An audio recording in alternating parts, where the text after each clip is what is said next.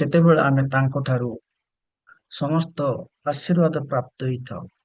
ଆଉ ବୋଧେ ଓଡିଆରେ ଦିଦି ଆଉ ଟିକେ ଦୁଃଖ କରୁଥିଲେ, ଆଉ କୌଣସି କାରଣବଶତଃ ମୁଁ ତ ସଠିକ କଥା ଜାଣିନି, କିନ୍ତୁ ପ୍ରଭୁ ଆପଣଙ୍କୁ ସାନ୍ତ୍ୱନା ଦିଅନ୍ତୁ। ପ୍ରଭୁଙ୍କ ପାଦ ତଳେ ସାନ୍ତ୍ୱନା ଅଛି, ପ୍ରଭୁଙ୍କ ପାଦ ତଳେ ସୁସ୍ଥତା ଅଛି, ପ୍ରଭୁଙ୍କ ପାଦ ତଳେ ଆଶୀର୍ବାଦ ଅଛି, ପ୍ରଭୁଙ୍କ ପାଦ ତଳେ ସମାଧାନର ବାଟ ଅଛି, ତ କୋଉଠି ନାହିଁ। ଆମେ ମନୁଷ୍ୟ ଉପରେ ଯେତେବେଳେ ନିର୍ଭର ରଖୁ, ସେତେବେଳେ ତାହା ଅଳ୍ପ ସମୟ ପାଇଁ। ଆମେ ଔଷଧ ଉପରେ, ଡକ୍ଟର ଉପରେ ନିର୍ଭର ରଖୁ, ତାହା ଅଳ୍ପ ସମୟ ପାଇଁ। କିନ୍ତୁ ପରମେଶ୍ୱରଙ୍କ ଉପରେ ଯେତେବେଳେ ନିର୍ଭର ରଖୁ, ସେ ଆପଣଙ୍କ ପାଇଁ ସବୁ କରିପାରନ୍ତି। ଆଜି ଆପଣଙ୍କର କ୍ରନ୍ଦନ, ଆପଣଙ୍କର ଲୁହ, ଆପଣ ପ୍ରାର୍ଥନା, ପ୍ରଭୁଙ୍କ ଲୋକମାନେ ଆମେ ସମସ୍ତେ ମିଳିମିଶି ପ୍ରାର୍ଥନା କରିଛୁ, ତାହା ଆପଣଙ୍କ ପାଇଁ ଆଶୀର୍ବାଦ ଯୁକ୍ତ ହଉ। ତେବେ ଏ ଅଳ୍ପ ସମୟର ଧ୍ୟାନ ପାଇଁ ଆମେ ଈଶ୍ୱରଙ୍କ ବାକ୍ୟକୁ ଆମମାନେ ଯିବା। ଆଉ ତା ପୂର୍ବରୁ ମୋ ପାଇଁ କେହି ଜଣେ ଗୋଟେ ପଦ ପଢିଦେବେ ଯେ ଆଇବ ପୁସ୍ତକ ତାର 23 ଅଧ୍ୟାୟର 14 ପଦକୁ ଅଳ୍ପ ସମୟ ମାନେ ଧ୍ୟାନ କରିବା। କିନ୍ତୁ ଆଉ ଏଇଟା ପଢିଲା ପରେ ଆମେ ଆମ ଟପିକ କୁ ଆମେ ଯିବା। ଆଇବ ପୁସ୍ତକ 23 ଅଧ୍ୟାୟର 14 ପଦକୁ ଆମେ କାରଣ ଆ, ମୋ ପାଇଁ ଯାହା ନିରୂପିତ ତାହା ସେ ସଫଳ କରନ୍ତି ଓ ତାହାଙ୍କର ଏହି ପ୍ରକାର ଅନେକ କର୍ମ ଅଛି। ମୋର ସମୟ ସିଏ ସଫଳ କରନ୍ତି। ମୋ ସମୟ ମୋ ହାତରେ ନାହିଁ, ମୋ ସୀମା ମୋର ହାତରେ ନାହିଁ, ମୋ ପରିବର୍ତ୍ତନ ମୋର ହାତରେ ନାହିଁ, ସେ ସବୁ କରନ୍ତି ମୋ ପାଇଁ। ଆପଣ ଯଦି 23 ଅଧ୍ୟାୟକୁ ଯେତେବେଳେ ଦେଖିବେ, ଆଇବ ପରମେଶ୍ୱରଙ୍କୁ ପଚାରୁଛନ୍ତି, କାହିଁ ପରମେଶ୍ୱର, କୋଉଠି ଅଛନ୍ତି ସେ? ଏତେ ଦୁଃଖ ପାଉଛି, ସରଳତାରେ, ସିଦ୍ଧତାରେ, ମିଛ କହି ନାହିଁ, ଭୁଲ କାମ କରି ନାହିଁ, କିନ୍ତୁ କେବଳ ଗୋଟିଏ ମାତ୍ରକ ମୋର ଅପରାଧ, ତାହା ହଉଛି ଯେ ମୁଁ ଈଶ୍ୱରଙ୍କୁ ଆଉ ଠାରେ ସମର୍ପିତ ହେଇଛି। ଶୈତାନ ହୁଏତ ତାକୁ ଅପରାଧ ବୋଲି ମନେ କରେ। ମୋ ଜୀବନରେ ଏତେ ଦୁଃଖ କାହିଁକି? ବେଳେ ବେଳେ ପ୍ରଭୁଙ୍କର ଲୋକମାନଙ୍କୁ ଯେତେବେଳେ କଷ୍ଟ ଆସେ, ସେମାନେ ପ୍ରଭୁଙ୍କୁ ପ୍ରଶ୍ନ ପଚାରିଥାନ୍ତି। ମୁଁ ମଧ୍ୟ ବେଳେ ବେଳେ ପ୍ରଶ୍ନ ପଚାରିଛି। ଏତେ ସରଳତାରେ, ଏତେ ପ୍ରଭୁ ପ୍ରିୟତାରେ ସକାଳେ 4ଟାରେ ଉଠି ପ୍ରାର୍ଥନା କରେ, ରାତିରେ ସମୟ ସମୟରେ ଉଠି ପ୍ରାର୍ଥନା କରେ, ରବିବାର ଗିର୍ଜା ଯାଏ, ବାଇବେଲ ପଢେ, ତେବେ ମୋ ଜୀବନରେ ଦୁଃଖ କାହିଁକି?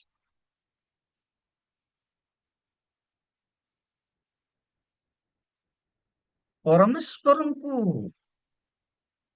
ସେ ପଚାରୁଛନ୍ତି, ଆଇବ ଜୀବନରେ ଦୁଃଖ କାହିଁକି? ସୁଖରେ ଯୋଉମାନେ ଅଛନ୍ତି, ସେମାନେ ଦୁଃଖକୁ ଜାଣନ୍ତି ନାହିଁ। ଅବଶ୍ୟ ମନୁଷ୍ୟର ପ୍ରତ୍ୟେକ ଗତିରେ ତାର ପ୍ରତ୍ୟେକ ସମୟରେ ସୁଖ ଆଉ ଦୁଃଖ ଅଛି। ତଥାପି ଯୋଉମାନେ ସୁଖରେ ରହନ୍ତି, ସେମାନେ ଦୁଃଖ ଜାଣନ୍ତି ନାହିଁ।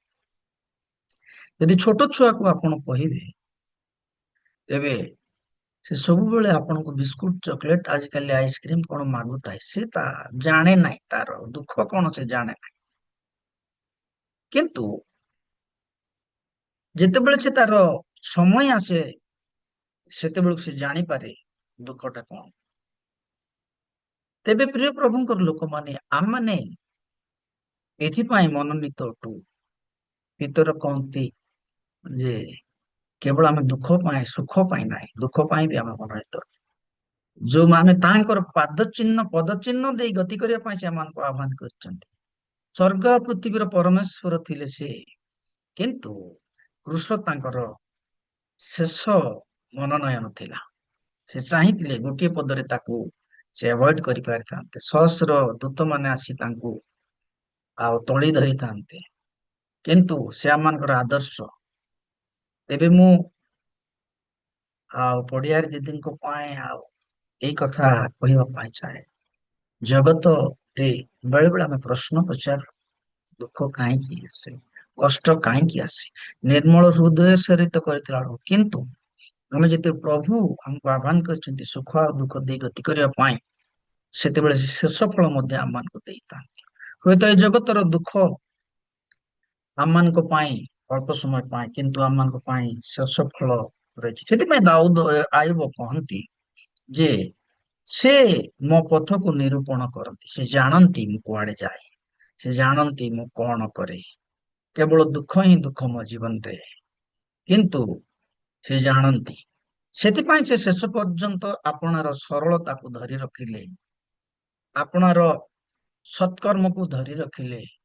ସେ ନା ମନରେ, ନା ମୁଖରେ, ନା କାର୍ଯ୍ୟରେ କୌଣସି ଆକାରରେ ସେ ପାପ କଲେ ନାହିଁ। ତାଙ୍କ ପରିବେଶ ଭଲ ନଥିଲା, ତାଙ୍କ ବନ୍ଧୁମାନେ ଭଲ ନଥିଲେ, ତାଙ୍କ ସ୍ତ୍ରୀ ହୁଏତ ତାଙ୍କ ପାଇଁ ଅଳ୍ପ ସମୟ ପାଇଁ, ହୁଏତ ତାଙ୍କ ସ୍ତ୍ରୀ ତାଙ୍କ ପାଇଁ ପ୍ରତିବନ୍ଧକ ରହିଲେ, କିନ୍ତୁ ସେ ତାଙ୍କ ସରଳତାରେ, ତାଙ୍କ ପ୍ରଭୁ ପ୍ରିୟତାରେ ସେ ବିଶ୍ୱସ୍ତ ହେଇକି ରହିଥିଲେ। ପ୍ରିୟ ପ୍ରଭୁଙ୍କର ଲୋକମାନେ, ଆଜି ସନ୍ଧ୍ୟାରେ ପରମେଶ୍ୱର ଆମଠାରୁ ଚାହାନ୍ତି ଆମମାନଙ୍କର ବିଶ୍ୱସ୍ତତା।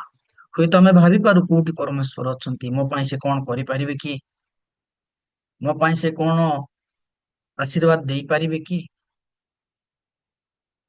ଆଇବଙ୍କର ଶେଷ ପ୍ରାର୍ଥନା ଥିଲା ଯେ ପ୍ରଭୁ ତୁମେ ସବୁ ମୋ ପାଇଁ କରିପାର।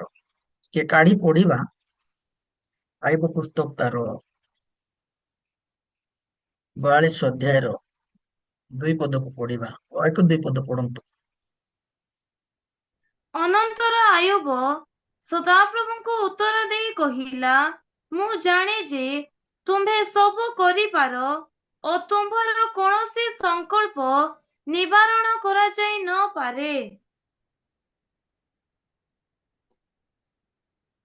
ଆଇବ କହୁଛନ୍ତି ପ୍ରଭୁ ତୁମେ ମୋ ପାଇଁ ସବୁ କରିପାର, ମୋର ଲୁହକୁ ପୋଛିପାର, ମତେ ସୁସ୍ଥ କରିପାର, ମତେ ଆଶୀର୍ବାଦ କରିପାରିବ, ତୁମେ ସବୁ ମୋ ପାଇଁ କରିପାର। ତୁମେ ଯୋଉ ତା ମୋ ପାଇଁ ନିରୂପଣ କରିଅଛ ତାହା କେହି ନିବାରଣ କରାଯାଇ ନପାରେ, ତାକୁ ସେ ଅନ୍ୟଥା କରିପାରିବେ ନାହିଁ। ତେଣୁ ତୁମେ ମୋର ପରମେଶ୍ୱର। କିନ୍ତୁ ବେଳେ ବେଳେ ମୁଁ ପଚାରେ ତୁମେ ସବୁ କରିପାର, ତୁମେ ସର୍ବଶକ୍ତିମାନ, ତଥାପି ମୁଁ ବେଳେ ବେଳେ ପଚାରେ ତୁମେ କାହିଁ, ତୁମେ କୋଉ ଜାଗାରେ ଅଟ। ତୁମକୁ ଖୋଜୁଛି ମୁଁ ପାଉନାହିଁ, ପ୍ରାର୍ଥନା କରୁଛି ଉତ୍ତର ମିଳୁନାହିଁ, ଲୋକକୁ ସାହାଯ୍ୟ ମାଗୁଛି ତୁମେ କାହା ମାଧ୍ୟମରେ ଦେବ, ମୁଁ ପାଉନାହିଁ। ପ୍ରିୟ ପ୍ରଭୁଙ୍କର ଲୋକମାନେ, ଈଶ୍ୱର ଆମମାନଙ୍କର ପଥକୁ ସେ ନିରୂପଣ କରନ୍ତି, କିନ୍ତୁ ତାଙ୍କ ସମୟରେ ସେ କରନ୍ତି, ତାଙ୍କ ସମୟରେ ସେ କରନ୍ତି। ଆମମାନେ ଯେତେବେଳେ ଗୀତ ସଂହିତା 62 ଅଧ୍ୟାୟ ଦେଖିବା, ସେଠି ଦାଉଦଙ୍କ ଜୀବନ କଥା ଲେଖାଯାଏ। ଗୀତ ସଂହିତା 62ର 1-2 ପଦ ଯେତେବେଳକୁ ଆମେ ପଢୁଛୁ, ବା ସମ୍ପୂର୍ଣ୍ଣ ଅଧ୍ୟାୟକୁ ଯେତେବେଳେ ଆମେ ପଢୁଛୁ, ଦାଉଦ ଆପଣା ପୁତ୍ର ଅବସାଲମ ଠାରୁ ଜିରୁସାଲମରୁ ବାହାରି ପ୍ରାନ୍ତର ମଧ୍ୟକୁ ଗଲା ବେଳର ଗୀତ। ତାଙ୍କ ଜୀବନରେ ରାଜା ହେଇକି ମଧ୍ୟ ସେ ଦୁଃଖ ରହିଥିଲା। ଯଦି 1 ପଦ ଆପଣ ପଢିବେ, ତାର ହେଡିଂ ରେ ଯଦି ଆପଣ ପଢିବେ, ସେଠି ଲେଖା ହେଇଛି, ତାର ହେଡିଂ ଏକୁ ପଢି ଦିଅନ୍ତୁ। ସେଠି ଜଣେ ବ୍ୟକ୍ତିଙ୍କର ନାମ ଲେଖାଯାଏ, ପଢନ୍ତୁ। ପରମେଶ୍ୱରଙ୍କ ସୁରକ୍ଷାର ଦୃଢ ବିଶ୍ୱାସ। ପଢନ୍ତୁ ଉପରେ ଲେଖା ହେଇଛି ହେଡିଂ ରେ, ଯଦି କୌଣସି କାହାର ବାଇବଲ କାହାର ଲେଖା ହେଇନା ବୋଲି, ସେଠି ଯୋଉ ଗୋଟେ ନାଁ ଅଛି ଜିଦୁତନ ବୋଲି, ପଢନ୍ତୁ। ପ୍ରଧାନ ବାଦ୍ୟକର ନିମନ୍ତେ ଜିଦୁଥନର ରୀତି ଅନୁସାରେ ଦାଉଦଙ୍କର ଗୀତ। ରାଇଟ। ତେବେ ଗୀତ ସଂହିତା ଏଇ ଯୋଉ 62 ଅଧ୍ୟାୟକୁ ଦାଉଦ ଲେଖି ଅଛନ୍ତି। ଏଇ ଜିଦୁତନଙ୍କର କଥା ଆମେ ପ୍ରଥମ ବଂଶାବଳୀ 15 ଅଧ୍ୟାୟରେ ଆମେ ଦେଖିବାକୁ ପାଇପାରୁଛୁ। ଏଇ ଜିଦୁଥନ ଆଉ ଆଉ କିଛି ବ୍ୟକ୍ତି, ସେମାନେ ଦାଉଦଙ୍କ ମନ୍ଦିରର କଏର ଥିଲେ, ସେମାନେ ଆଉ ଗୀତ ଗାୟକ ଥିଲେ, ସେମାନେ ମ୍ୟୁଜିସିଆନ ଥିଲେ। ବିଶେଷ କରି 15 ଅଧ୍ୟାୟର 15 ପଦକୁ ଯଦି ଆମେ ପଢିବା, ସେ ଜାଗାରେ ଲେଖାଯାଏ, ପଢନ୍ତୁ କେହି ଜଣେ ଦୟାକରି। ପୁଣି ସଦାପ୍ରଭୁଙ୍କ ବାକ୍ୟ ପ୍ରମାଣେ ମୋଶା ଯେପରି ଆଜ୍ଞା କରିଥିଲେ, ତଦନୁସାରେ ଲେବୀୟ ସନ୍ତାନମାନେ ପରମେଶ୍ୱରଙ୍କ ସିନ୍ଧୁକକୁ ତହିଁର ସାଙ୍ଗୀ ଦ୍ୱାରା ଆପଣା ଆପଣା କାନ୍ଧରେ ବୋହିଲେ। ଆଜ୍ଞା, ଆଉ ଟିକେ ତଳକୁ ପଢନ୍ତୁ, 16, 17, 18। ଆଉ ଦାଉଦ ଲେବୀୟ ମାନଙ୍କର ପ୍ରଧାନ ବର୍ଗଙ୍କୁ କହିଲେ, ତୁମ୍ଭେମାନେ ଆପଣମାନଙ୍କ ଗାୟକ ଭାତୃଗଣକୁ ନେବଲ ଓ ବୀଣା ଓ କରତାଳ ବାଦ୍ୟଯନ୍ତ୍ର ନେଇ ଉଚ୍ଚ ସ୍ୱରରେ ଆନନ୍ଦ ଧ୍ୱନି କରିବା ପାଇଁ ନିଯୁକ୍ତ କର। ତହିଁରେ ଲେବୀୟମାନେ ଜୋଏଲର ପୁତ୍ର ହେମନକୁ ନିଯୁକ୍ତ କଲେ ଓ ତାହାର ଭାତୃଗଣ ମଧ୍ୟରୁ ବେରିଖିଓର ପୁତ୍ର ଆସପକୁ ଓ ସେମାନଙ୍କ ଭାତୃଗଣ ମୋରାରୀ ସନ୍ତାନମାନଙ୍କ ମଧ୍ୟରୁ କୁଶୟାର ପୁତ୍ର ଏଥନକୁ ଆଉ ସେମାନଙ୍କ ସଙ୍ଗେ ସେମାନଙ୍କ ଦ୍ୱିତୀୟ ପଦସ୍ଥ ଭାତୃଗଣକୁ ଅର୍ଥାତ୍ ଜିଖର୍ୟକୁ, ବେନକୁ ଓ ଜାସିୟଲକୁ ଓ ସମିରାମତକୁ ଓ ଜିହିୟଲଙ୍କୁ ଓ ଉନିକୁ ଓ ଆ, ଇଲିଆବକୁ ଓ ବନାୟକୁ ଓ ମାସେୟକୁ ଓ ମତ୍ତଥିୟକୁ ଓ ଇଲିଫୋଲେକୁ ଓ ମିକ୍ନେୟକୁ। Thank you. ତେବେ ଆମେ ଏଠି ଦେଖୁଛୁ ଏଇ ଯୋଉ ଟେଣ୍ଟ ବା ନିୟମ ସିନ୍ଦୁକ ଯେତେବେଳେ ଥିଲା ସେତେବେଳେ ଅବେଦ ଘରେ ଥିଲା, ତାକୁ ଦାଉଦ ଆଣିଲେ, ତାକୁ ଦାଉଦ ତାଙ୍କ ଘରକୁ ଆଣିଲା ପରେ ଆଉ ସେ ଗୋଟେ ଟେଣ୍ଟ ବନେଇଥିଲେ ତାଙ୍କ ପାଇଁ। ଆଣିଲା ପରେ ସେ ତାଙ୍କର ସେଇ ନିୟମ ସିନ୍ଦୁକରେ ସେବା କରିବା ପାଇଁ 3 ଜଣ ବ୍ୟକ୍ତିଙ୍କୁ ସେ ଆଉ ମନୋନୀତ କରିଥିଲେ। ଆଉ ସେମାନେ ଥିଲେ କଏର ଗ୍ରୁପ ର ମୁଖ୍ୟ ମୁଖ୍ୟ ଲୋକମାନେ। ସେମାନେ ଥିଲେ, ଆଉ ଆମେ ଦେଖୁଛୁ ସେମାନେ ଥିଲେ ଆସଫ, ହେମନ ଆଉ ଏଥନ। ଆଉ ଏଇ ଯୋଉ ଏଥନ ଯୋଉଟା ଲେଖା ହେଇଛି, ଆପଣ ପରବର୍ତ୍ତୀ ସମୟରେ ଯେତେବେଳେ ପରବର୍ତ୍ତୀ ଅଧ୍ୟାୟକୁ ପଢିବେ ତାକୁ ଜିଦୁତନ ବୋଲିକିରି ତାଙ୍କ ନାମକୁ ଚେଞ୍ଜ କରାହେଇଛି, ଦେଖିପାରିବେ ଆପଣ ତାକୁ ପରବର୍ତ୍ତୀ ଅଧ୍ୟାୟରେ ଆପଣ ଜାଣିପାରିବେ। ତ ମୁଁ କହିବାର କଥା ହଉଛି କଣ, ଯେ ପରମେଶ୍ୱରଙ୍କର ନିୟମ ସିନ୍ଦୁକକୁ ଯେତେବେଳେ ଦାଉଦଙ୍କ ପାଖକୁ ଆଣିଲା ପରେ ସେ କିଛି ଲୋକମାନଙ୍କୁ, ଅର୍ଥାତ୍ ଏଇ ଯୋଉ ଜିଦୁତନ ଯାହାର ନାମ ଆମେ ଦେଖୁଛୁ, ତାଙ୍କୁ ସେଇ ଜାଗାରେ ସେ ମୁଖ୍ୟ କଏର ମାଷ୍ଟର ଭାବେ ତାଙ୍କୁ ସେ ନିଯୁକ୍ତ କଲେ। ଆଉ ଯେତେବେଳେ ସେ ନିଯୁକ୍ତ କଲେ, ଆଉ ଦାଉଦ ଯୋଉ ଗୁଡାକ ଗୀତକୁ ଲେଖୁଥିଲେ ତାକୁ ସେ ଗାଉଥିଲେ, କାରଣ ଦାଉଦ ମନ୍ଦିର ଭିତରକୁ ଯାଇପାରୁନଥିଲେ। ଆଉ ତାଙ୍କର ଏଇ ପ୍ରକାର ଆଉ ଏକ ନିୟମ ଥିଲା ଯେ କେବଳ ପ୍ରିଷ୍ଟ ମାନେ ଯାଆନ୍ତି, ତେଣୁ ଦାଉଦ ତାକୁ ସମ୍ମାନ କରୁଥିଲେ। ଏବଂ ଯାହା ସବୁ ଗୀତ ଲେଖୁଥିଲେ ତାର ସଙ୍ଗୀତ ଏବଂ ତାର ବାଦ୍ୟଯନ୍ତ୍ର, ତାର ସ୍ୱର, ସବୁ ବିଷୟରେ ଆଉ ସେ ସେମାନେ ସବୁ ବର୍ଣ୍ଣନା କରୁଥିଲେ। ଏଇ ଯୋଉ ଜିଦୁତନ, ଆସଫ ଓ ଅନ୍ୟମାନେ ମଧ୍ୟ ତାକୁ ଗାଉଥିଲେ। ଲେଖକ ଥିଲେ ଦାଉଦ। ତେବେ ଏଇ ଯୋଉ ଗୀତକୁ ସେ ଲେଖିଛନ୍ତି ତାକୁ ଏକ ଦୁଃଖର ସ୍ୱରରେ ଜିଦୁତନ ବର୍ଣ୍ଣନା କରିଛନ୍ତି। ତେବେ ଆମେ ଯେତେବେଳେ ଦେଖୁଛୁ ଜିଦୁଥନକୁ କାହିଁକି ସେ ନାମ ଆସିଲା, ନା ତାଙ୍କ ଗୀତ ଗାୟକ ମଧ୍ୟରେ ଜଣେ ପ୍ରଧାନ ଲୋକ ଥିଲେ। ଆସଫ ଗୀତ ଗାୟକ ମଧ୍ୟରେ ଜଣେ ପ୍ରଧାନ ଥିଲେ। ଯଦିବା ସେ ଲେଖୁଥିଲେ, କିନ୍ତୁ ତାର କୋଉ ସ୍ୱର ଦିଆଯିବ, କୋଉ ମ୍ୟୁଜିକ ଦିଆଯିବ, ତାକୁ ସେମାନେ ନିରୂପଣ କରିଥିଲେ। ସେଥିପାଇଁ ଜିଦୁତନର ନାମ ଏଠାରେ ବର୍ଣ୍ଣନା କରାଯାଏ। ଜଷ୍ଟ ମୁଁ ଟିକେ ବ୍ୟାକଗ୍ରାଉଣ୍ଡ ଅଳ୍ପ ସମୟ କହିବି, ତାପରେ ଆମେ ବାକ୍ୟ ଆଉ ଟିକେ ଆମେ ଭିତରକୁ ଯିବା। ଜିଦୁତନ ଯେ ଖାଲି ମାଷ୍ଟର ଗାୟକ ଖାଲି ନଥିଲେ, ସେ ମଧ୍ୟ ଜଣେ ଭାବବାଦୀ ଥିଲେ। ପରେ ପରେ ଗୀତ ଗାଉ ଗାଉ ପରମେଶ୍ୱରଙ୍କ ନିକଟରେ ଯେତେବେଳେ ସମର୍ପଣ ହେଲେ, ସେତେବେଳେ ପ୍ରଭୁ ତାଙ୍କର ଆତ୍ମା ତାଙ୍କ ଉପରେ ଢାଳିଲେ, ସେ ନିଜକୁ ନମ୍ର କଲେ। ସେତେବେଳେ ସେ ଗୀତ ଗାଇଲେ, ବଜେଇଲେ, ସେଇ କଥା ନୁହେଁ, ପ୍ରଭୁ ତାଙ୍କୁ ବ୍ୟବହାର କଲେ ଏବଂ ପ୍ରଭୁ ଭାବବାଣୀ କହିବା ପାଇଁ ମଧ୍ୟ ତାଙ୍କୁ ଅନୁଗ୍ରହ କଲେ। ପ୍ରିୟ ପ୍ରଭୁଙ୍କର ଲୋକମାନେ, ପରମେଶ୍ୱରଙ୍କ ସେବାରେ, ପରମେଶ୍ୱରଙ୍କର କାର୍ଯ୍ୟରେ ଯୋଉମାନେ ନିଜକୁ ନମ୍ର କରନ୍ତି, ପରମେଶ୍ୱର ସେମାନଙ୍କୁ ପ୍ରମୋସନ କରନ୍ତି। ପରମେଶ୍ୱର ସେମାନଙ୍କୁ ଉଚ୍ଚ ପଦରେ ରଖନ୍ତି। ପରମେଶ୍ୱର ସେମାନଙ୍କୁ ପରିବର୍ତ୍ତନ କରନ୍ତି। ଆପଣ କୌଣସି ଜାଗାରେ ଯଦି ସେବା କରୁଛନ୍ତି, ଘର ଝାଡୁ କରୁଛନ୍ତି, ମନ୍ଦିର ଝାଡୁ କରୁଛନ୍ତି, ଧୀରେ ଧୀରେ ଆପଣଙ୍କୁ ବାଇବେଲ ପଢିବାକୁ ଦିଆଯିବ। ତାପରେ ପରେ ସୁଷମାଚାର ପ୍ରଚାର କରିବାକୁ ଦିଆଯିବ। ତାପରେ ପରେ ଆପଣଙ୍କୁ ପରମେଶ୍ୱର ବ୍ୟବହାର କରିବେ। ପ୍ରଭୁଠାରେ ନମ୍ର ଲୋକମାନଙ୍କୁ ପ୍ରଭୁ ଆଶୀର୍ବାଦ କରିବେ। ଯେଉଁ 3 ଜଣ ବ୍ୟକ୍ତିଙ୍କ କଥା ଆମେ ଦେଖୁଛୁ, ସେ ଭିତରୁ ଏ 3 ଜଣ ସବୁ ତାଙ୍କ ଗ୍ରୁପ ର କଏର ମାଷ୍ଟର ଥିଲେ ଏବଂ ଆସପ ମଧ୍ୟ ଜଣେ ବିଶିଷ୍ଟ ଲୋକ ଥିଲେ। ଆସପଙ୍କର ବଂଶଧରକୁ ମଧ୍ୟ ପ୍ରଭୁ ଆଶୀର୍ବାଦ କରିଥିଲେ।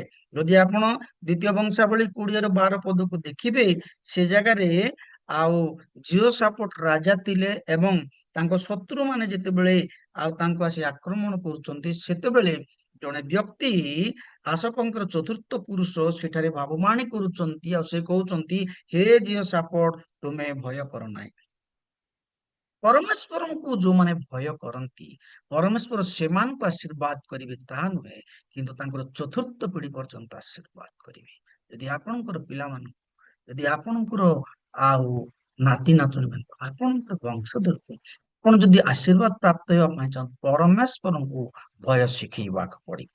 ତେବେ ଆସପର ଚତୁର୍ଥ ପୁରୁଷ ପର୍ଯ୍ୟନ୍ତ ସେମାନେ ଆଶୀର୍ବାଦ ପ୍ରାପ୍ତ ହୋଇଥିଲେ। ଜଷ୍ଟ ଜାଣିବା ପାଇଁ ଆମେ ଟିକେ ପଢିଦେବା, ସେଇ ଦ୍ୱିତୀୟ ବଂଶାବଳୀ 12-14 ପଦକୁ ପଢନ୍ତୁ। ଆପଣ ଜାଣିପାରିବେ ଯେ ଯୋଉ ବ୍ୟକ୍ତି ଥିଲେ, ସେ ବ୍ୟକ୍ତି ଆସପଙ୍କର ଚତୁର୍ଥ ପିଢିର ବ୍ୟକ୍ତି ଥିଲେ। ଦୟାକରି ପଢନ୍ତୁ।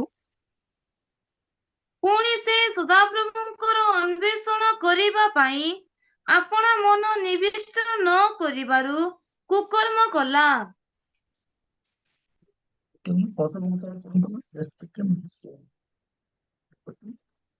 ଓଡ଼ିଆର 14, 12-14 ପଢନ୍ତୁ ପ୍ଲିଜ ଟିକେ। ଗୋଟେ ସେକେଣ୍ଡ।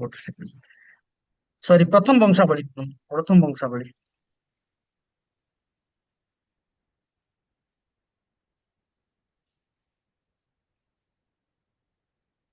ଆପଣ ତାକୁ ଦେଖି ନିଅନ୍ତୁ। ତେବେ ସେଠି ଲେଖା ହେଇଛି ଚତୁର୍ଥ ପୁରୁଷ ପର୍ଯ୍ୟନ୍ତ। ମୋ ସମୟ ଗଡି ଚାଲିଛି, ସେଇପାଇଁ ତେବେ ସେ ଆଶୀର୍ବାଦ କରନ୍ତି। ଆମେ ଯେତେବେଳେ ଈଶ୍ୱରଙ୍କ ସେବାରେ ରହୁ, ପରମେଶ୍ୱର ଆମମାନଙ୍କୁ ଆଶୀର୍ବାଦ କରିବେ, ଆମମାନଙ୍କର ପିଲାମାନଙ୍କୁ ଆସିବେ। ତେବେ ଆସୁ ଗୀତ ସଂହିତା 62କୁ ଆମେ ଜ୍ଞାନ କରୁ। ଗୀତ ସଂହିତା 62ର ମୂଳ ବିଷୟ ହଉଛି ଯେ ଦାଉଦ ଅବସାଲୋମକୁ ଭୟ କରି ବର୍ତ୍ତମାନ ସେ ଚାଲି ଯାଉଛନ୍ତି, ଘର ଛାଡି ପ୍ରାନ୍ତରେ ରହିଛନ୍ତି। ସେଇ ସମୟରେ ଏଇ ଗୀତକୁ ଦାଉଦ ଲେଖିଛନ୍ତି। ଯେତେବେଳେ ଦାଉଦ ଲେଖିଛନ୍ତି, ଆକୁ କିଏ ଆକୁ ସମର୍ପଣ କରାଗଲା ଜିଦୁତନକୁ। ଜିଦୁତନ ତାକୁ କଣ କରୁଛନ୍ତି, ତାକୁ ବର୍ତ୍ତମାନ ସେ ପଢୁଛନ୍ତି, ତାକୁ ସେ ଗାଉଛନ୍ତି। ଯଦି ବା ମହାରାଜ ଦାଉଦ ଥିଲେ, ଲେଖିଥିଲେ, କିନ୍ତୁ ସେ ଅନେକ ଲୋକଙ୍କୁ ବ୍ୟବହାର କରୁଥିଲେ ତାଙ୍କର ସେବା କାର୍ଯ୍ୟ ପାଇଁ। ବିଶେଷ କରି ଗୀତ ସଂହିତାରେ ଯଦି ଆପଣ ଦେଖିବେ, 3ଟି ମୁଖ୍ୟ ଜିନିଷକୁ ଆପଣ ଅନୁମାନ କରିପାରିବେ। ଅନ୍ୟ ପୁସ୍ତକ ଅପେକ୍ଷା ଯୋଉ ୱିଜଡମ ଲିଟରେଚର ଅଛି ଆପଣଙ୍କର, ଆଇବ ଠାରୁ ଆହୁରି ପରମ ଗୀତ ପର୍ଯ୍ୟନ୍ତ, ସେ ଭିତରୁ ଆଉ ଗୀତ ସଂହିତାରେ ବହୁତ ସୁନ୍ଦର କଥା ଗୁଡାକ ଲେଖାଯାଇଛି। ରଦନ କଥା ଲେଖାଯାଇଛି, କାଦରକ୍ତି କଥା ଲେଖାଯାଇଛି, ପ୍ରାର୍ଥନାର କଥା ଲେଖାଯାଇଛି, ଆଣ୍ଠୁ ମାଡ଼ିବା କଥା ଲେଖାଯାଇଛି, ଯୋଉଟା କି ଅନ୍ୟ ପୁସ୍ତକରେ ତାକୁ ଲେଖାଯାଏ ନାହିଁ। ତେବେ ଗୀତ ସଂହିତା ରେ 3ଟି କଥା, ଅତ୍ୟନ୍ତ ଗୁରୁତ୍ୱପୂର୍ଣ୍ଣ କଥା ଗୀତ ରଚକ ଲେଖନ୍ତି ପବିତ୍ର ଆତ୍ମାଙ୍କ ସାହାଯ୍ୟରେ। ଗୋଟେ ହଉଛି ଜେନେରେସନ, ଆଉ ଗୋଟେ ହଉଛି ଡିଜେନେରେସନ, ଆଉ ଗୋଟେ ହଉଛି ରିଜେନେରେସନ। ଜେନେରେସନ ବୋଲେ କଣ? ଆପଣ ଈଶ୍ୱରଙ୍କ ସହିତ ଆପଣଙ୍କ ସମ୍ପୂର୍ଣ୍ଣ ସମ୍ପୃକ୍ତି ଅଟେ।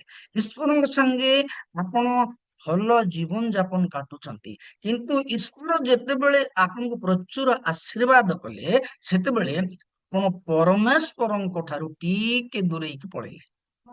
ଅନେକ ଲୋକ ଆଶୀର୍ବାଦ ପ୍ରାପ୍ତ ହେଇଗଲା ପରେ ସେମାନେ ପ୍ରଭୁଙ୍କ ଠାରୁ ଦୂରେଇ ଯାଆନ୍ତି। ଗୀତ ରଚକ ଏଠି ବର୍ଣ୍ଣନା କରନ୍ତି।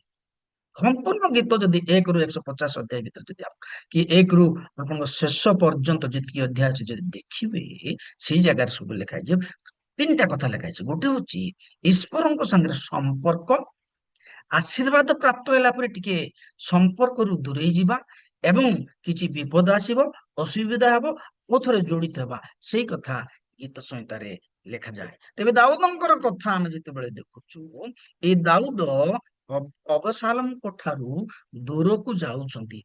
ଅବସାଲୋମ ବର୍ତ୍ତମାନ ରାଜା ହେବା ପାଇଁ ବୋଲିକି ସେ ଇଚ୍ଛା କରୁଛନ୍ତି, ରାଜା ହଉଛନ୍ତି, ସେଥିପାଇଁ ତାଙ୍କୁ ଭୟ କରି ଦାଉଦ ଯାଉଛନ୍ତି। ହେଲେ ଏଇ ଅବସାଲୋମ ତାଙ୍କର ପୁତ୍ର ଥିଲେ। ଯଦି ବା ଦାଉଦଙ୍କ ପାଖରେ ଅନେକ ଶତ୍ରୁ ଥିଲେ, ସାଉଲ ମଧ୍ୟ ବେଳେ ବେଳେ ତାଙ୍କ ଶତ୍ରୁ ହେଇଥିଲେ, କିନ୍ତୁ ଦାଉଦ କାହାକୁ ଭୟ କରିନାହାନ୍ତି, ମାତ୍ର ତାଙ୍କ ପୁଅକୁ ଭୟ କରୁଛନ୍ତି। ବେଳେ ବେଳେ ଘରର ଲୋକ ଏକା ଶତ୍ରୁ, ବାହାର ଲୋକ କିଛି କରିବେ ନାହିଁ। ଦାଉଦ ଏଡେ ବଡ ଶକ୍ତିଶାଳୀ ରାଜା, ସବୁ ଜୟ କରିଥିଲେ, କିନ୍ତୁ ସେ କାହାକୁ ଭୟ କରୁନଥିଲେ, ମାତ୍ର ପୁଅକୁ ଭୟ କଲେ, ଯାହାକୁ ଜନ୍ମ କରିଥିଲେ ତାକୁ ସେ ଭୟ କଲେ। ଘରର ଲୋକମାନଙ୍କୁ ଗୁପ୍ତ କଥା କହିବେ, ଚାରିଆଡେ ପ୍ରଚାର ହେଇଛି ପୋଜାଟ। ବାଇବେଲ କହୁଛି ମୁଇଁ କହୁନାହିଁ। ବେଳେ ବେଳେ ଘରର ଲୋକ ଶତ୍ରୁ, ଘରେ ଯଦି ଶତ୍ରୁ ଜାତ ହବ, ଘରେ ରହିପାରିବେ ନାହିଁ।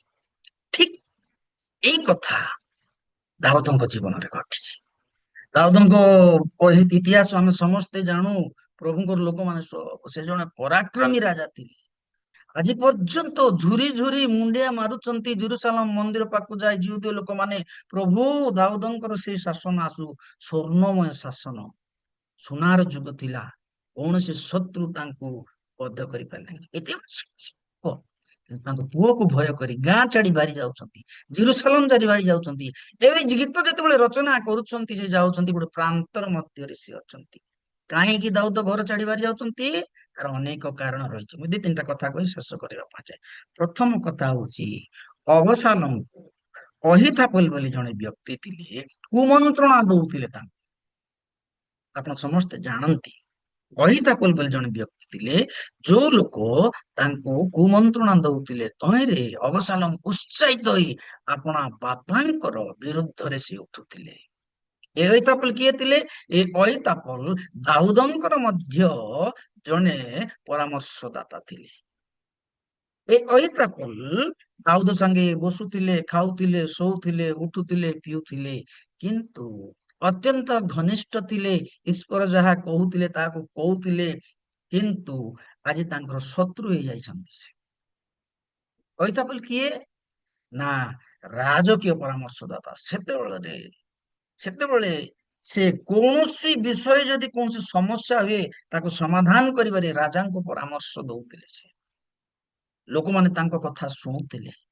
ଅତ୍ୟନ୍ତ ଶକ୍ତିଶାଳୀ, ପ୍ରଭାବଶାଳୀ ଲୋକ ଥିଲେ, ଯାହାଙ୍କ କଥା କେହି ମଧ୍ୟ ମାନୁଥିଲେ। କିନ୍ତୁ ଆଜି ସେ ଦାଉଦଙ୍କ ବିରୁଦ୍ଧରେ ସେ ଉଠୁଛନ୍ତି, ଆଉ ପୁଅର ସପକ୍ଷରେ ହେଇ ବାପାକୁ ବିରୁଦ୍ଧ କରୁଛନ୍ତି। ବେଳେ ବେଳେ ସାଙ୍ଗସାଥି, ଘନିଷ୍ଠ ଲୋକମାନେ ଯେତେବେଳେ ଆମକୁ ଦେଖନ୍ତି, ସେତେବେଳେ ଆମ ବିରୁଦ୍ଧରେ ଉଠନ୍ତି। କାହିଁକି ଅହିତାପଲ ଅବସାଲୋମଙ୍କୁ ବିରୋଧ କଲେ? ତାର କାରଣ ହଉଛି, ଅହିଥାପଲ ଥିଲେ ଦାଉଦଙ୍କ ସ୍ତ୍ରୀ ବେତ୍ସବାର ଅଜା ବା ଜେଜେବାପା। ଏ ଯେତେବେଳେ ମନ୍ତ୍ରଣା ଦଉଥିଲେ, ଆପଣ ଯଦି 11 ଅଧ୍ୟାୟ ପ୍ରଥମ ବଂଶାବଳୀ ଯଦି ଦେଖିବେ, ତାର 3 ପଦ ତାକୁ ଦେଖିବେ, ଆପଣ ତା ତଳକୁ ଜାଣିପାରିବେ ଯେ ଏଇ ଯୋଉ ଅହିତାପଲ ଥିଲେ ଆଉ ଦାଉଦଙ୍କର ଭଲ ପରାମର୍ଶଦାତା। କିନ୍ତୁ ଦାଉଦ ଯେତେବେଳେ ଭୁଲ କାମ କଲେ, ତାଙ୍କ ନାତୁଣୀକୁ ସେ ଖରାପ ବ୍ୟବହାର କରି ଯେତେବେଳେ ତାଙ୍କ ନାତୁଣୀର ସ୍ୱାମୀକୁ ମାରିଦେଲେ, ସେତେବେଳେ ଦାଉଦଙ୍କ ପ୍ରତି ତାଙ୍କର ଭୁଲ ଜିନିଷ ଜାତ, ତାଙ୍କ ପ୍ରତି ତାଙ୍କର କ୍ରୋଧ ଜାତ ହେଲା, ରିଭେଞ୍ଜ ନେବାକୁ ଚାହୁଁଥିଲେ। ସେ ଭୁଲ କଥା ସବୁ ଶିଖଉଥିଲେ ଅବସାଲୋମଙ୍କୁ, ଆଉ ଦାଉଦଙ୍କ ପ୍ରାଣକୁ ବିନାଶ କରିବା ପାଇଁ ଚାହୁଁଥିଲେ। ସେଥିପାଇଁ ଯେତେବେଳେ ଅବସାଲୋମ ବେଳେ ବେଳେ ରାଗି ଯାଉଥିଲେ, ସେତେବେଳେ ଦେଖିଲେ ଛୁଆ କେତେବେଳେ ମୋ ପ୍ରତି ହାତ ଉଠେଇବ, ସେଥିପାଇଁ ସେ ଚାଲି ଯାଉଥିଲେ। ଆଉ ଏଇ ଯୋଉ ଗୀତ ସଂହିତା 62 ତାର 1 ପଦକୁ ଯେତେବେଳେ ଦେଖୁଛୁ, ତାକୁ ବେଶ କରି ସେ ପ୍ରାର୍ଥନା କରି କହୁଛନ୍ତି ଯେ, ମୁଁ ସଦାପ୍ରଭୁଙ୍କ ଠାରେ ଅପେକ୍ଷା କରେଇ। ପଢି ଦିଅନ୍ତୁ ମା କେହି ଜଣେ ଦୟାକରି ମୋହର 62 ପ୍ରାଣ ହୁଁ। ମୋ ପ୍ରାଣ କେବଳ ପରମେଶ୍ୱରଙ୍କର ଅପେକ୍ଷା କରଇ, ତାହାଙ୍କ ଠାରୁ ମୋହର ପରିତ୍ରାଣ ଆସଇ। ହଁ, ମୋର ପ୍ରାଣ କେବଳ ପରମେଶ୍ୱରଙ୍କ ଠାରୁ ଅପେକ୍ଷା କରଇ, ପ୍ରଭୁଙ୍କ ଠାରେ ମୁଁ ଅପେକ୍ଷା କରେ। କାହିଁକି ମୁଁ ପ୍ରଭୁଙ୍କ ଠାରେ ଅପେକ୍ଷା କରେ? ନା, ମୋ ସାଙ୍ଗେ ଯୋଉ ଲୋକ ଖାଉଥିଲା, ମୋ ସାଙ୍ଗେ ଯୋଉ ଲୋକ ପିଉଥିଲା, ମୋ ସାଙ୍ଗେ ଯୋଉ ଲୋକ ରହୁଥିଲା, ମୋ ସାଙ୍ଗେ ଯୋଉ ଲୋକ ଥିଲା, ସେ ମୋର ଶତ୍ରୁ ହେଇଯାଇଛି। ଆପଣଙ୍କର କଲିଗ, ଆପଣଙ୍କର ସାଙ୍ଗସାଥି, ଆପଣଙ୍କ ଲୋକମାନେ, ଆପଣଙ୍କ ସାଙ୍ଗେ ରହିବା ଲୋକ ବେଳେ ବେଳେ ଆପଣଙ୍କ ଶତ୍ରୁ ହେଇଯାଆନ୍ତି। ଯେତେବେଳେ ଦୁଇଟା କଥା ଅଛି, ଆପଣଙ୍କର ଭଲ କଥା ଦେଖିବେ କି ଆପଣଙ୍କର ମନ୍ଦ କଥା ଦେଖିବେ। ତେବେ ଦାଉଦ କହୁଛନ୍ତି ମୁଁ ତାକୁ ଏତେ ସାହାଯ୍ୟ କଲି, ତାପରେ ବି ମୋ ପ୍ରତି ସେ ଏତେ ଖରାପ ମନୋଭାବ, ସେଥିପାଇଁ ମୁଁ ଆଉ ତା ସାଙ୍ଗରେ ଆଉ ବିବାଦ କରିବି ନାହିଁ। ମୁଁ ତା ସାଙ୍ଗରେ ଆଉ ମୁଁ ଯୁଦ୍ଧ କରିବି ନାହିଁ। ମୋର ସମସ୍ତ ବିନତି, ମୋର ସମସ୍ତ ପ୍ରାର୍ଥନା, ମୋର ସମସ୍ତ ନିବେଦନ ପରମେଶ୍ୱରଙ୍କ ନିକଟରେ ଜଣାଇବି। ବେଳେ ବେଳେ ଆମେ କେହି ଯଦି ଆମ ଶତ୍ରୁ ଯଦି ହଉଛି ବୋଲେ ଆମେ ଏକଦମ ପାଟି ଖୋଲିକରି ତା ସାଙ୍ଗେ ଲାଗବାକୁ ଯାଇଥାଉ। ବେଳେ ବେଳେ ଆମେ ପେନ ରେ ଯୁଦ୍ଧ କରୁ, ବେଳେ ବେଳେ ପାଟିରେ ଯୁଦ୍ଧ କରୁ, ବେଳେ ବେଳେ ହତିଆରରେ ଯୁଦ୍ଧ କରୁ। କିନ୍ତୁ ଦାଉଦ କହିଲେ ମୁଁ ତା ସାଙ୍ଗେ କାହିଁ ଯୁଦ୍ଧ କରିବି? ନିଶ୍ଚୟ ମୁଁ ଭୁଲ କରିଛି, ଏକଥା କୌଣସି ପ୍ରକାରେ ଆଉ ତାହା ଭୁଲ କଥା ନୁହେଁ, ସେ ଠିକ କହୁଛନ୍ତି। ବାକି ମୋ ପରମେଶ୍ୱର ମୋ ପାଇଁ କ୍ଷମା କରିଛନ୍ତି, ତେଣୁ ମୋ ବିରୁଦ୍ଧରେ ଉଠିଲେ ମୁଁ ତାଙ୍କ ପାଖକୁ ଯିବି ନାହିଁ। ସେ ମତେ ଉଦ୍ଧାର କରିବାର ପରମେଶ୍ୱର, ମୁଁ ତାଙ୍କ ପାଖକୁ ଯିବି। ସେ ଅପେକ୍ଷା କରିଛନ୍ତି, କହୁଛନ୍ତି ମୋର ପ୍ରାଣ ସଦାପ୍ରଭୁଙ୍କ ପାଇଁ ଅପେକ୍ଷା କରି, ପରମେଶ୍ୱରଙ୍କ ଅପେକ୍ଷା କରି, ମୋର ପ୍ରାଣ କେବଳ ପରମେଶ୍ୱରଙ୍କର ଅପେକ୍ଷା କରି। ଅଇତାପଲ ଯୋଉ କଥା ଗୁଡାକ କହିକି ଅବସାଲମକୁ ଭୁଲ କଥା ଶିଖେଇ ଯୋଉ ମନ୍ତ୍ରଣା କରୁଛି, ସେଥିପାଇଁ ମୁଁ ଆଉ ତାଙ୍କ ପାଖକୁ ଯିବି ନାହିଁ, ମୁଁ ପରମେଶ୍ୱରଙ୍କ ପାଖକୁ ଯିବି। ପ୍ରିୟ ପ୍ରଭୁଙ୍କର ଲୋକମାନେ, ଆପଣଙ୍କର ସମସ୍ୟା, ଆପଣଙ୍କର ବିପଦ, ଆପଣଙ୍କର କଷ୍ଟ, ଆପଣଙ୍କର ଦୁଃଖ କେବଳ ପରମେଶ୍ୱର ଦୁଃଖ ଦୂର କରିପାରିବେ। ଆପଣଙ୍କ ଶତ୍ରୁ ବେଳେ ବେଳେ ଆପଣଙ୍କୁ ନଷ୍ଟ କରିବା ପାଇଁ ଚାହିଁବେ, କିନ୍ତୁ ଈଶ୍ୱରଙ୍କର ଯେତେବେଳେ ଆପଣ ଅପେକ୍ଷା କରିବେ, ପରମେଶ୍ୱର ଆପଣଙ୍କର ଦୁଃଖକୁ ଦୂର କରିବେ। ଶତ୍ରୁ କିଏ? ସେଇଦିନ ଅଇତାପଲ ହେଇଥିଲେ ଦାଉଦର ଶତ୍ରୁ। ଆଜି ଆମର ରୋଗ, ଆଜି ଆମମାନଙ୍କର ପ୍ରତିବାସୀ, ଆଜି ଆମମାନଙ୍କର ସମସ୍ୟା, ଆଜି ଆମମାନଙ୍କର ଦୁଃଖ, ଏସବୁ ଆମମାନଙ୍କର ଶତ୍ରୁ। ଏଇ ସମୟରେ ଆମେ ଲୁହ ଝରେଇ ପରମେଶ୍ୱରଙ୍କ ନିକଟକୁ ଯିବା ପାଇଁ, ଯେତେବେଳେ ଯିବା, ପରମେଶ୍ୱର ଆମମାନଙ୍କର ଦୁଃଖକୁ ଦୂର କରିବେ। ସେ କେତେ ଯନ୍ତ୍ରଣା ଦାଉଦଙ୍କ ପାଖରେ ଥିଲା ଯେ ଦାଉଦ ଆଉ ସମ୍ଭାଳି ପାରୁନଥିଲେ। ମୁଁ ଆପଣମାନଙ୍କୁ ଆଉ ଥରେ ରିପିଟ କରିବା ପାଇଁ ଚାହୁଁଛି, ଅଇତାପଲ କାହିଁକି ଦାଉଦଙ୍କୁ ସେ ବିରୋଧ କରୁଥିଲେ? କାରଣ ତାଙ୍କ ନାତୁଣୀ ଥିଲେ ବେତ୍ସେବା, ସଲୋମନଙ୍କର ମା, ଯାହାଙ୍କର ସ୍ୱାମୀକୁ ଦାଉଦ ବଧ କରିଥିଲେ, ଯୁଦ୍ଧରେ ଚିଠି ଲେଖିଥିଲେ ଆଉ ତାଙ୍କୁ ବଧ କରିଥିଲେ ତାର ରିଭେଞ୍ଜ ନେବା ପାଇଁ, ତାର ପ୍ରତିକାର କରିବା ପାଇଁ ସେ ଅନେକ ସମୟରେ ଚେଷ୍ଟା କରିଥିଲେ ଏବଂ ତାଙ୍କୁ ନଷ୍ଟ କରିବା ପାଇଁ ବୋଲିକି ସେ ଆଉ ଅବସାଲମକୁ ଭୁଲ ମନ୍ତ୍ରଣା ଦଉଥିଲେ। କିନ୍ତୁ ଦାଉଦ ଜଣେ ଈଶ୍ୱରଙ୍କ ମନର ମତ, ପରମେଶ୍ୱର ତାଙ୍କ ପାପକୁ କ୍ଷମା କରିଛନ୍ତି। ସେଥିପାଇଁ ସେ କହନ୍ତି ଯେ ମୁଁ ମୋ ପାପକୁ କ୍ଷମା କରୁଛି। ଦିନକର ଘଟଣା, ଯେତେବେଳେ ସେ ଭୁଲ କଲେ, ସେତେବେଳେ ଆଉ ନାଥନ ଭବିଷ୍ୟତ ବକ୍ତାକୁ ପ୍ରଭୁ ପଠେଇଲେ। ସେତେବେଳେ ନାଥନ ଭବିଷ୍ୟତ ବକ୍ତା ଯେତେବେଳେ ପ୍ରଭୁ ପଠେଇଲେ, ନାଥନ ଭବିଷ୍ୟତ ବକ୍ତା ଯାଇ ଦାଉଦଙ୍କ ପାଖରେ ଉପସ୍ଥିତ ହଉଛନ୍ତି। ଦାଉଦଙ୍କୁ କହୁଛନ୍ତି, ହେ ମହାରାଜ, ଗୋଟେ ରାଜ୍ୟରେ ଜଣେ ବ୍ୟକ୍ତି ଥିଲେ ଯାହାର ଅନେକ ପଲ ଥିଲା, କିନ୍ତୁ ଗୋଟେ ଗରିବ ଲୋକର ମେଣ୍ଢାକୁ ଯାଇ ସିଏ ମାରିକି ସେ ଏନ୍ଜୟ କଲା। ସେତେବେଳେ ଦାଉଦ ରାଗି ଯାଉଛନ୍ତି, କିଏ ସେ? ମୁଁ ତାକୁ ରଖିବି ନାହିଁ, ମୋର ଦେଶରେ ସେ ପ୍ରକାର ଭୁଲ କାମ ହେଇପାରିବ ନାହିଁ। ସେତେବେଳେ ନାଥନ କହିଲେ, ତୁଇ ସେ ବ୍ୟକ୍ତି, ତୁଇ ସେ ବ୍ୟକ୍ତି, ତୁ କହୁଛୁ କିଏ ସେ? ସାଙ୍ଗେ ସାଙ୍ଗେ ଦାଉଦ ଆଣ୍ଠୁ ମାଡି ପ୍ରାର୍ଥନା କରି ଭୁଲକୁ ସ୍ୱୀକାର କରୁଛନ୍ତି। ନମ୍ରତା, ପରମେଶ୍ୱରଙ୍କର ଲୋକ ହୃଦୟକୁ ଭଗ୍ନ କରନ୍ତି, ଭୁଲକୁ ସ୍ୱୀକାର କରନ୍ତି। ଆଜିର ବିଡମ୍ବନା ହଉଛି ଆମେ ବହୁତ ଆତ୍ମଧାର୍ମିକ, ଆମେ କେତେ ଭୁଲ କରିଥିଲେ ବି କ୍ଷମା ମାଗିବା ପାଇଁ ଆମ ପାଖରେ ମନ ରହୁନାହିଁ। ସବୁ ଜିନିଷ କରିବା, ଦାନ ବି ଦେଇ ପକଉଛୁ, ଦକ୍ଷିଣା ଦେଇ ପକଉଛୁ, ଆଣ୍ଠୁ ମାଡୁଛୁ, ତିନି ଓଳି ଜୁମରେ ବସୁଛୁ, ପ୍ରାର୍ଥନା କରୁଛୁ, ସବୁ ଜିନିଷ କରୁଛୁ, କିନ୍ତୁ କ୍ଷମା ମାଗିବା ଆଉ କ୍ଷମା ଦେବା ଆଜି ଜୀବନରେ ବହୁତ କଷ୍ଟକର। ପ୍ରିୟ ପ୍ରଭୁଙ୍କର ଲୋକମାନେ, ହୁଏତ ଆପଣଙ୍କୁ ଆଉ ମତେ ପ୍ରଭୁ ଆଜି କଥା କହୁଛନ୍ତି, ଆମ ଜୀବନରେ କ୍ଷମା ହଉଛି ସବୁଠାରୁ ପ୍ରମୁଖ ବିଷୟ। ଆମେ କେତେ ଆମର ଭୁଲ କଲେ କ୍ଷମା ମାଗିବାର ଆବଶ୍ୟକତା ରହିଛି, କ୍ଷମା ଦେବାର ବି ଆବଶ୍ୟକତା ରହିଛି। ବେଳେ ବେଳେ ମୁହଁ ବି ଦେଖିନଥାଉ, ଆମ ବେଳେ କଷ୍ଟ ହୁଏ।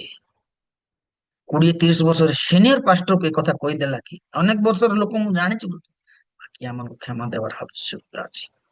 ତେବେ ଦାଉଦଙ୍କ ଜୀବନରେ ସେ କ୍ଷମା ପ୍ରାପ୍ତ ହେଇଥିଲେ, କାରଣ ସେ ତାଙ୍କ ହୃଦୟକୁ କର୍ଣ୍ଣ କରିଥିଲେ। ପ୍ରଥମ କଥା ହଉଛି ପରମେଶ୍ୱରଙ୍କ ନିକଟରେ ଯୋଉମାନେ ଅପେକ୍ଷା କରନ୍ତି, ପରମେଶ୍ୱର ସେମାନଙ୍କୁ ଉଦ୍ଧାର କରନ୍ତି। ଅପେକ୍ଷା ଆଶୀର୍ବାଦ ଆଣି ଦେଇଥାଏ, ଅପେକ୍ଷା ଅନୁଗ୍ରହ ଆଣି ଦେଇଥାଏ, ଅପେକ୍ଷା ସଫଳ ଆଣି ଦେଇଥାଏ, ଅପେକ୍ଷା ଲକ୍ଷ୍ୟ ସ୍ଥଳରେ ପହଞ୍ଚିଥାଏ। ଅନେକ ଦିନ ହେଲା ଆମେ ପ୍ରାର୍ଥନା କରୁଛୁ, କିନ୍ତୁ ବେଳେ ବେଳେ ପାଇପାରୁନା। ବେଳେ ବେଳେ କଷ୍ଟ ଆଉ ଦୁଃଖ ମନରେ ଜାତ ହୁଏ, କାହିଁକି ଆମେ ପାଇପାରୁନା? ପରମେଶ୍ୱର ତାଙ୍କ ସମୟରେ ସେ ଆମମାନଙ୍କୁ ଦିଅନ୍ତି। ଅବ୍ରାହ୍ମଙ୍କର ଜୀବନର କଥା ଯେତେବେଳେ ଆମେ ଦେଖୁଛୁ, ଅବ୍ରାହ୍ମ ତରତର ହେଇକି ସେ ତାଙ୍କ ସ୍ତ୍ରୀ ତରତର ହେଇକିରି ତାଙ୍କ ଦାସୀକୁ ବିବାହ କରେଇଦେଲେ, ସମୟକୁ ଅପେକ୍ଷା କଲେ ନାହିଁ। ପରମେଶ୍ୱର ତାଙ୍କ ସମୟକୁ ଚାହିଁଥାନ୍ତି। ଆମ ସମୟକୁ ପରମେଶ୍ୱର ଅପେକ୍ଷା କରନ୍ତି, ଆମମାନଙ୍କୁ ସେ ଇଣ୍ଟରଭେନ୍ସ କରନ୍ତି ଆମ ସମୟରେ। ଏକ ପଦରୁ ଚାରି ପଦରେ ଆମେ ଯେତେବେଳେ ଦେଖୁଛୁ, ଦାଉଦ ଅପେକ୍ଷା କରିଛନ୍ତି। ଦୁଇ ପଦର ଶେଷ ଅଂଶରେ ଲେଖାଯାଏ ଯେ ସେ ମତେ ପରିତ୍ରାଣ କରନ୍ତି, ସେ ମୋର ଶୈଳ। ହିବ୍ରୁ ଭାଷାରେ ତାକୁ ଆମେ ଯେତେବେଳେ ଦେଖୁଛୁ, ହିବ୍ରୁ ଲାଙ୍ଗୁଏଜ ତାକୁ ଡେଲିଭରେନ୍ସ ବୋଲି ସେ ଶବ୍ଦଟା ଅଛି, ପରିତ୍ରାଣ।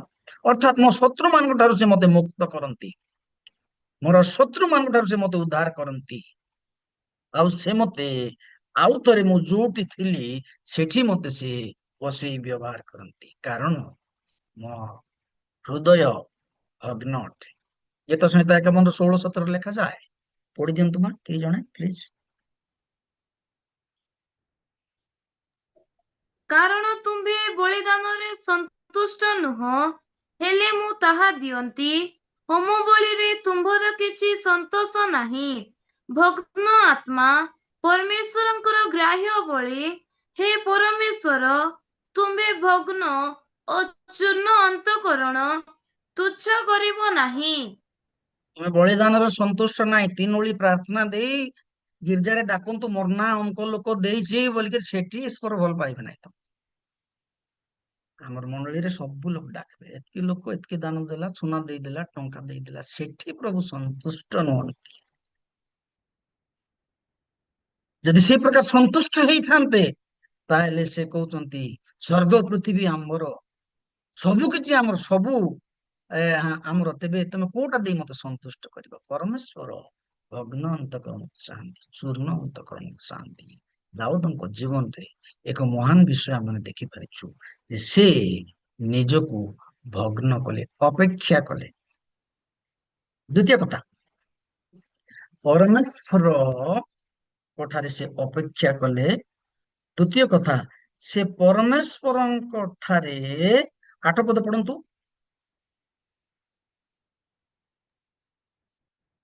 ହେ ଲୋକମାନେ, ସବୁବେଳେ ତାହାଙ୍କ ଠାରେ ନିର୍ଭର କର, ତାହାଙ୍କ ଛାମୁରେ ମନର ସବୁ କଥା ଭାଙ୍ଗି କୁହ। ପରମେଶ୍ୱର ଆମ୍ଭମାନଙ୍କ ନିମନ୍ତେ ଆଶ୍ରୟ। ପରମେଶ୍ୱରଙ୍କ ଠାରେ ନିର୍ଭର କର। ପ୍ରଥମ କଥା ହଉଛି ଅପେକ୍ଷା କର, ଦ୍ୱିତୀୟ କଥା ହଉଛି ତାଙ୍କ ଠାରେ ନିର୍ଭର କର। ମନର କଥା ଭାଙ୍ଗି କହ। ମନର କଥା ବେଳେ ବେଳେ ଆମେ କାହାକୁ କହି ନ ପାରୁ, ବେଳେ ବେଳେ ଜଳିଯାଏ, ପୋଡିଯାଏ, କଷ୍ଟ ହୁଏ, କାହାକୁ କହି ନ ପାରୁ। ସବୁ କଥା ସମସ୍ତଙ୍କୁ କହିବ ନାହିଁ। ବେଳେ ବେଳେ ସ୍ତ୍ରୀ ସ୍ୱାମୀକୁ କହିପାରନ୍ତି ନାହିଁ, ସ୍ୱାମୀ ସ୍ତ୍ରୀକୁ କହିପାରନ୍ତି ନାହିଁ, ଛୁଆ ମାନେ ବାପାକୁ କହିପାରନ୍ତି ନାହିଁ। କିନ୍ତୁ ଈଶ୍ୱରଙ୍କର ବାକ୍ୟ କହେ ଯେ ଦାଉଦ ତାଙ୍କ ମନର କଥାକୁ ସେ ଭାଙ୍ଗି କରିକି କହୁଛନ୍ତି।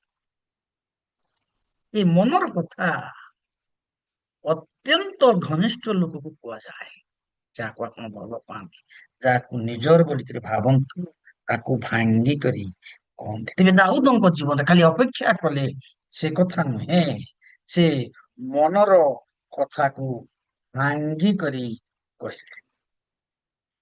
ପ୍ରିୟ ପ୍ରଭୁଙ୍କର ଲୋକମାନେ, ଈଶ୍ୱରଙ୍କର ବାକ୍ୟ କହେ ଆପଣଙ୍କର ମନର କଥାକୁ ଆପଣ ପ୍ରଭୁ କହିବ। ରାତିରେ ଉଠନ୍ତୁ, 2ଟା ବେଳେ, 3ଟା ବେଳେ, ଘଣ୍ଟା ବେଳେ, ବେଳେ ବେଳେ କାନ୍ଦନ୍ତୁ, ଲୁହକୁ ଝରାନ୍ତୁ, କୁହନ୍ତୁ ପ୍ରଭୁ ମୁଁ ଏଇଟା ଅଛି ମୋର ମନରେ, ଆପଣଙ୍କ ସମସ୍ୟା ସମାଧାନ, ଆପଣଙ୍କର ଦୁଃଖକୁ ଦୂର, ଆପଣଙ୍କ ପ୍ରାର୍ଥନାକୁ ପରମେଶ୍ୱର ଶୁଣିବେ, ଆପଣଙ୍କର ଲୁହକୁ ପୋଛିଦେବେ। ସେ ପରମେଶ୍ୱର, ସେ ମନୁଷ୍ୟ ନୁହନ୍ତି। ସେଥିପାଇଁ ଯଦି ବା ସେ ଭୁଲ କଲେ, ତଥାପି ସେ ପରମେଶ୍ୱରଙ୍କଠାରେ କ୍ଷମା ମାଗି ତାଙ୍କୁ ଅପେକ୍ଷା କରୁଛନ୍ତି। ତାଙ୍କ ଶତ୍ରୁ ମାନେ ସେ କହୁଛନ୍ତି ମୋର ଶତ୍ରୁ ମାନେ ମତେ ଅନେକ ଚେଷ୍ଟା କଲେ। 1 ପଦରୁ 3 ପଦ ମଧ୍ୟରେ ଦେଖିବେ ଅହେତୋଫେଲଙ୍କ କଥା ସେ ଲେଖାଯାଏ। ତାଙ୍କୁ ବିନଷ୍ଟ କରିବା ପାଇଁ ଚେଷ୍ଟା କଲେ, ତାଙ୍କୁ ତାଙ୍କ ଜୀବନରେ ତାଙ୍କୁ ନଷ୍ଟ କରିବା ପାଇଁ ଚେଷ୍ଟା କଲେ, ତାଙ୍କ ଭୁଲ ରାସ୍ତାରେ ତାଙ୍କ ପୁଅକୁ ପଠେଇଲେ। କିନ୍ତୁ ପରମେଶ୍ୱରଙ୍କ ଠାରେ ଯେତେବେଳେ ସେ ଅପେକ୍ଷା କଲେ, ପରମେଶ୍ୱର ତାଙ୍କୁ ଉଦ୍ଧାର କଲେ। ଦ୍ୱିତୀୟ କଥା ଆମେ ଦେଖିଲୁ ଯେ ଆପଣ ଅପେକ୍ଷା ଖାଲି କରନ୍ତୁ ନାହିଁ, ଆପଣ ମନର କଥା ଭାଙ୍ଗି କରି କୁହନ୍ତୁ। ଯେତେବେଳେ ମନର କଥା ଭାଙ୍ଗି କରି କହିବେ, ଲୁହ ଝରେଇ କହିବେ, ସେ ଆପଣଙ୍କର ପରମେଶ୍ୱର ହେବେ। ତୃତୀୟ କଥା ମୁଁ କହି ଶେଷ କରିବି। ତୃତୀୟ କଥା ଲେଖାଯାଏ, ସେ ଖାଲି ଆମକୁ ଉଦ୍ଧାର କରିବେ ସେ କଥା ନାହିଁ, ସେ ଆମକୁ ଉତ୍ସାହିତ କରିବେ ସେ କଥା ନାହିଁ, ସେ ମଧ୍ୟ ଆମମାନଙ୍କୁ କର୍ମ ଅନୁସାରେ ଫଳ ଦେବେ। ଆମମାନଙ୍କୁ 12 ପଦରେ ଲେଖାଯାଏ ସେ ରିୱାର୍ଡ ଦେବେ। ତେବେ ପରମେଶ୍ୱର ଦାଉଦଙ୍କୁ ଆଉ ଥରେ ତାଙ୍କ ଗାଦିକୁ ଫେରେଇ ଆଣିଲେ। ଅଳ୍ପ ସମୟ ଯାଏଁ ପ୍ରାନ୍ତରରେ ଥିଲେ, ଦୁଃଖ ଥିଲା, କଷ୍ଟ ଥିଲା, ଅଭାବ ସମସ୍ୟା ଥିଲା, ରାଜା ହେଇକି ମଧ୍ୟ ଘର ଛାଡି ପଳେଇଥିଲେ। କିନ୍ତୁ ଯେତେବେଳେ ସେ ତାଙ୍କଠାରେ ଅପେକ୍ଷା କଲେ, ପରମେଶ୍ୱର ତାଙ୍କୁ କଲେ। ତେବେ ଗୀତ ସଂହିତା 62ର ମୂଳ କଥା ହଉଛି ଯେ ଜଣେ ବ୍ୟକ୍ତି ଯେତେବେଳେ ଭୁଲ କରେ, ସେତେବେଳେ ପରମେଶ୍ୱରଙ୍କ ନିକଟକୁ ଯିବାର ଅଛି, ତାଙ୍କ ମନର କଥା ଭାଙ୍ଗି କହିବାର ଅଛି। ତେବେ ସେ ତାଙ୍କୁ ତାଙ୍କ ପୁରସ୍କାର ପ୍ରଦାନ କରି ଦାଉଦଙ୍କୁ ପ୍ରଭୁ ତାଙ୍କ ପୁରସ୍କାର ପ୍ରଦାନ କରି ତାଙ୍କ ଜୀବନ କାଳ ମଧ୍ୟରେ ସେ ଜଣେ ପ୍ରଭାବଶାଳୀ ରାଜା ଥିଲେ। ତାର ମୂଳ ମନ୍ତ୍ର, ମୂଳ କାରଣ ହଉଛି ତାଙ୍କର ଭଗ୍ନ ଚୂର୍ଣ୍ଣ ଅନ୍ତଃକରଣରେ ପ୍ରଭୁ ସନ୍ତୁଷ୍ଟ ହେଇକି ଥିଲେ। ଯେତେ ପାପ କଲେ ମଧ୍ୟ ପ୍ରଭୁ ତାକୁ ପୋଛିଦେଲେ, ପ୍ରଭୁ ତାକୁ ଦୂର କରିଦେଲେ। ଈଶ୍ୱର ପ୍ରିୟ ଲୋକମାନଙ୍କର ପାପକୁ ପ୍ରଭୁ ସେ ଆମ ପାପକୁ ଦେଖନ୍ତି ନାହିଁ। ମିକା ପୁସ୍ତକ 6:19 ଲେଖାଯାଏ, ପଢନ୍ତୁ କିଏ? ମିକା ପୁସ୍ତକ 6:19, 7:19, 6:19 ଆଗେ ପଢନ୍ତୁ।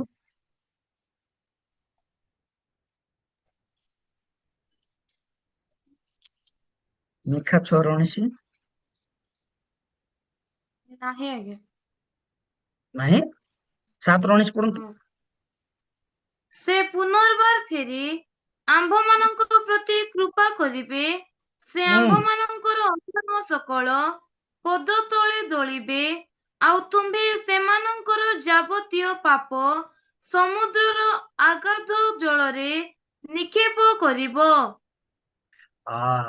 ସେ ଆମେ ଯେତେବେଳେ ପାପ ସ୍ୱୀକାର କରୁ, ଆମ ପାପକୁ କଣ କରିବେ? ପୁଡିଆ ବାନ୍ଧିବେ, ପୁଡା କରି ବାନ୍ଧି କରି ସମୁଦ୍ରରେ ଫିଙ୍ଗି ଦେବେ। ଖାଲି ସମୁଦ୍ର ନାହିଁ, କୋଉଠି ଲେଖାଯାଇଛି ଆଉ ଟିକେ ପଢ ସେଟା। ଖାଲି ସମୁଦ୍ରରେ ନାହିଁ, ଅଗାଧ ସମୁଦ୍ରରେ ଫୋପାଡ଼ି ଦେବେ, ଯାହାକୁ କେହି ଦେଖିପାରିବେ ନାହିଁ। ଆପଣଙ୍କ ପାପକୁ କ୍ଷମା କରାଯିବ ଯେତେବେଳେ ଆପଣ ଆଉ ଥରେ ଆପଣ ଆମ ପରମେଶ୍ୱରଙ୍କ ନିକଟକୁ, ଆମ ପାପକୁ ଧରାଯିବ ନାହିଁ। ସେଥିପାଇଁ ପରମେଶ୍ୱର ଦାଉଦଙ୍କୁ ସେ ଆଉ ଥରେ ତାଙ୍କ ଜାଗାରେ ବସେଇଲେ। ଆପଣଙ୍କର ପାପ ଯେତେ ବଡ ହେଇଥାଉ ନା କାହିଁକି, ସେ କୃପାମୟ ଆଉ ଦୟାମୟ।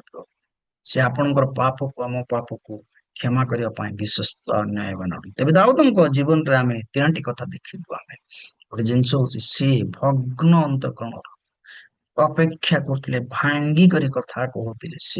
ସେ କେବେ ବି କାହା ସାଙ୍ଗେ ବିବାଦ କରୁନଥିଲେ, ବିବାଦ ପ୍ରିୟ ନଥିଲେ, ସେ ଶାନ୍ତି ପ୍ରିୟ ଥିଲେ। ଜଣେ ରାଜା ଚାହିଁଥିଲେ ତାଙ୍କ ଶତ୍ରୁକୁ ବଧ କରିପାରିଥାନ୍ତେ, କିନ୍ତୁ ସେ କଲେ ନାହିଁ, ସେ ତାଙ୍କୁ କ୍ଷମା ଦେଲେ। ତେଣୁ ପରମେଶ୍ୱର ତାଙ୍କୁ ଉଠେଇଲେ। ଗୀତ ସଂହିତା 62ର ଅନେକ ରହସ୍ୟଜନକ କଥା ଅଛି। ପ୍ରଭୁ ଆପଣମାନଙ୍କୁ ମତେ ଆଶୀର୍ବାଦ କରନ୍ତୁ। ପ୍ରଭୁ ଦାଉଦଙ୍କ ଉପରେ ମନ ଦିଅନ୍ତୁ। ଯଦି ବା ଆମ ଶତ୍ରୁ ଆମ ବିରୁଦ୍ଧରେ ଉଠନ୍ତି, ଆମେ ତାଙ୍କୁ କ୍ଷମା ଦେବାର ଆବଶ୍ୟକ ଅଛି। ଆମେ ପ୍ରଭୁଙ୍କ ପାଖରେ ବସିବାର ଆବଶ୍ୟକତା ରହିଛି ଏବଂ ଆମମାନଙ୍କର ମନର କଥାକୁ ଭାଙ୍ଗି କରି କହିବାର ଆବଶ୍ୟକତା ଅଛି। ଆପଣ କାହାକୁ କୁହନ୍ତୁ ନାହିଁ। ମୁଁ ଆଉ ଥରେ ରିପିଟ କରିବାକୁ ଚାହେଁ, ଯଦି ଈଶ୍ୱରଙ୍କୁ ରାତିରେ ଭାଙ୍ଗି କରି କଥା କହିବେ, ତାଙ୍କ ପାଖରେ ଯଦି ଆପଣଙ୍କୁ ଦୁଃଖ ଜଣାଇବେ, ପରମେଶ୍ୱର ଆପଣଙ୍କୁ କୃପାବାନ ଆଉ ନ୍ୟାୟବାନ ଅଟନ୍ତି। ପ୍ରଭୁ ଛୋଟିଆ ଚିନ୍ତାର ଆଶୀର୍ବାଦ କରନ୍ତୁ, ଆମମାନଙ୍କୁ ଅନୁଗ୍ରହ କରନ୍ତୁ। ଆମେ ଦାଉଦଙ୍କ ତୁଲ୍ୟ ହେବା। ତେବେ ଦାଉଦ ଭୁଲ କାମ କରିଥିବାରୁ ତାଙ୍କ ପାଖରେ ଥିବା ଜଣେ ବ୍ୟକ୍ତି ଦେଖିକରି ତାଙ୍କୁ ହିଂସା କରୁଛନ୍ତି। ତେଣୁ ଭଲ ଲୋକ ବି ବେଳେ ବେଳେ ଭୁଲ କାମ କଲେ ଶତ୍ରୁ ଜଗିଥିବ, ଆକ୍ରମଣ କରିବାକୁ ଚେଷ୍ଟା କରିବ। ନିଜର ପରାମର୍ଶଦାତା ସେ ଦେଖୁଥିଲେ, କିନ୍ତୁ ତାଙ୍କ ନାତୁଣୀ ସାଙ୍ଗେ ଯେତେବେଳେ ଦୁର୍ବ୍ୟବହାର ହେଲା, ସେତେବେଳେ ତାଙ୍କୁ ପ୍ରହାର କରିବା ପାଇଁ ସେ ଚେଷ୍ଟା କଲେ। କିନ୍ତୁ ଭଗ୍ନ ଆଉ ଚୂର୍ଣ୍ଣ ଅନ୍ତଃକରଣ ସଦାପ୍ରଭୁଙ୍କ ନିକଟବର୍ତ୍ତୀ କରାଇଲା। ତାଙ୍କୁ ଆଉ ଥରେ ତାଙ୍କ ଉପସ୍ଥିତ ତାଙ୍କୁ ଉନ୍ନତ କଲେ। ପ୍ରଭୁ ଆମମାନଙ୍କୁ ଆଶୀର୍ବାଦ କରନ୍ତୁ, ଭଗ୍ନ ଅନ୍ତଃକରଣ ଦିଅନ୍ତୁ, ଚୂର୍ଣ୍ଣ ଅନ୍ତଃକରଣ ଦିଅନ୍ତୁ। ଅପେକ୍ଷା ତାଙ୍କଠାରେ କରିବା ପାଇଁ ଆପଣ ସମସ୍ତଙ୍କର ଆଖିର ଲୁହ ପୋଛି ଦେଇ ଗୌରବ ପ୍ରାପ୍ତ ହୁଅନ୍ତୁ।